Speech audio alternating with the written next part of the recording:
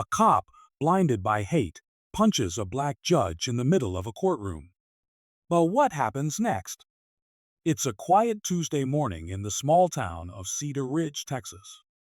The sun's barely up, but the courthouse is already buzzing. Inside, Judge Marcus Thompson, a black man in his late 40s, is presiding over a routine traffic violation case. He's known for his calm demeanor and sharp sense of justice, earning respect from almost everyone in town. Almost. Officer Brad Harris, a white cop in his early 30s, is standing near the back of the courtroom. He's got a reputation, one that's been whispered about in the community for years. Complaints about racial profiling, aggressive behavior, and a general disdain for anyone who doesn't look like him. But no one's ever been able to prove it. Until today. The case involves a young black man, Jamal Carter, who's been accused of running a red light. Jamal insists he didn't do it, and Judge Thompson is carefully reviewing the evidence. Officer Harris, who made the arrest, is visibly annoyed. He's used to his word being the final say, especially in cases involving people of color. As Judge Thompson questions the validity of the traffic camera footage, Harris starts muttering under his breath, loud enough for the judge to hear. "Typical," he says, rolling his eyes. Judge Thompson pauses, looks up, and calmly asks Harris to repeat himself. That's when it happens. Harris snaps. He storms up to the bench, his face red with anger. "You think you're so high and mighty, don't you?" he shouts. Before anyone can react, he swings his fist and punches Judge Thompson square in the face. The courtroom erupts. Gasps, screams, and the sound of chairs scraping against the floor fill the air. Judge Thompson stumbles back, clutching his jaw, but he doesn't retaliate. Instead, he looks at Harris with a mix of disappointment and resolve. This isn't just about a punch. It's about a system that's allowed someone like Harris to operate unchecked for far too long. And Judge Thompson knows something needs to change. But what happens next? That's where the real story begins. The courtroom is in chaos. People are shouting, the bailiff is rushing toward the bench, and Officer Harris is still fuming, his chest heaving like he's ready to throw another punch. But Judge Marcus Thompson? He's calm. Too calm. He wipes a trickle of blood from the corner of his mouth and holds up a hand to silence the room. "Officer Harris," he says, his voice steady but firm, "you will sit down." Now. Harris doesn't move. He's too caught up in his own anger, his face twisted with rage. "You think you can tell me what to do?" he spits. "You're just Judge Thompson cuts him off. "Bailiff, restrain him." The bailiff hesitates for a split second, then steps forward, grabbing Harris by the arm. Harris struggles, but the bailiff is stronger. He forces Harris into a chair, his hands trembling as he cuffs him. Meanwhile, Judge Thompson reaches into his robe and pulls out his phone. The room falls silent as he taps the screen a few times. Then, he holds it up for everyone to see.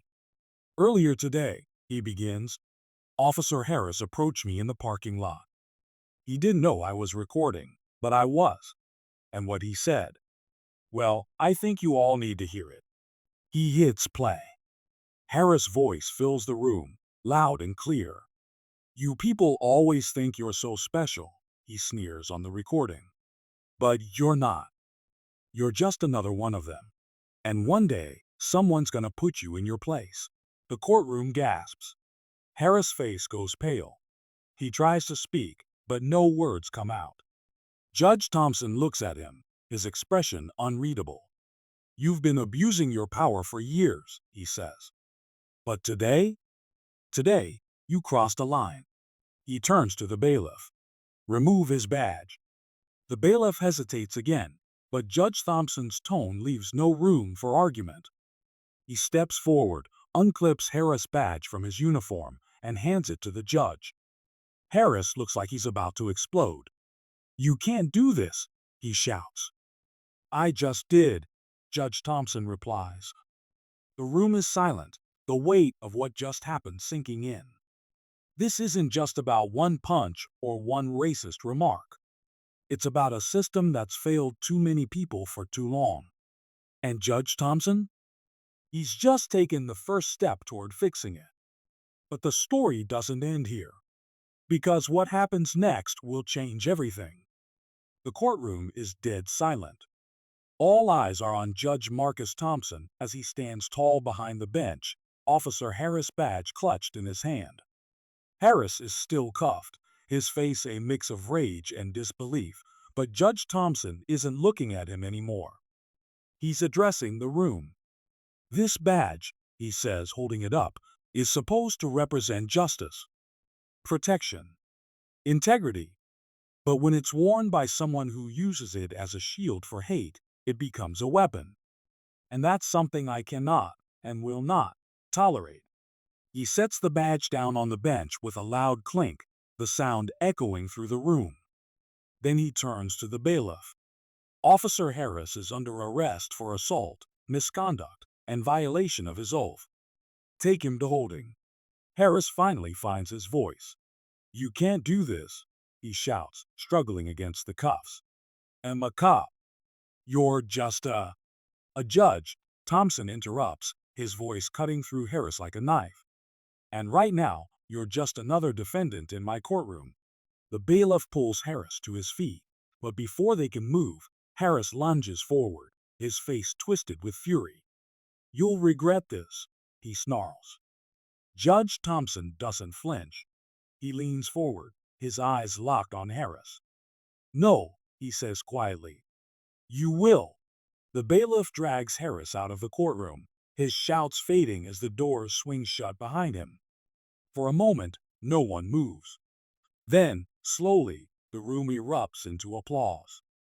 It starts with one person, a young woman in the back, and spreads until the entire courtroom is on their feet, clapping and cheering. Judge Thompson raises a hand to quiet them. This isn't a victory, he says. It's a reminder. A reminder that no one is above the law.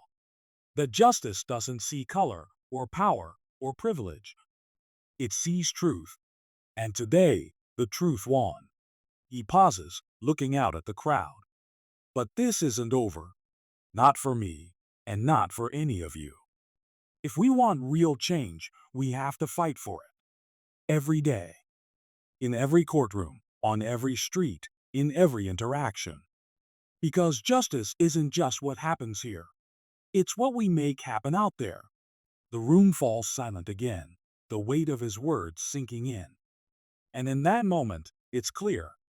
This isn't just about one cop, or one judge, or one punch. It's about something much bigger.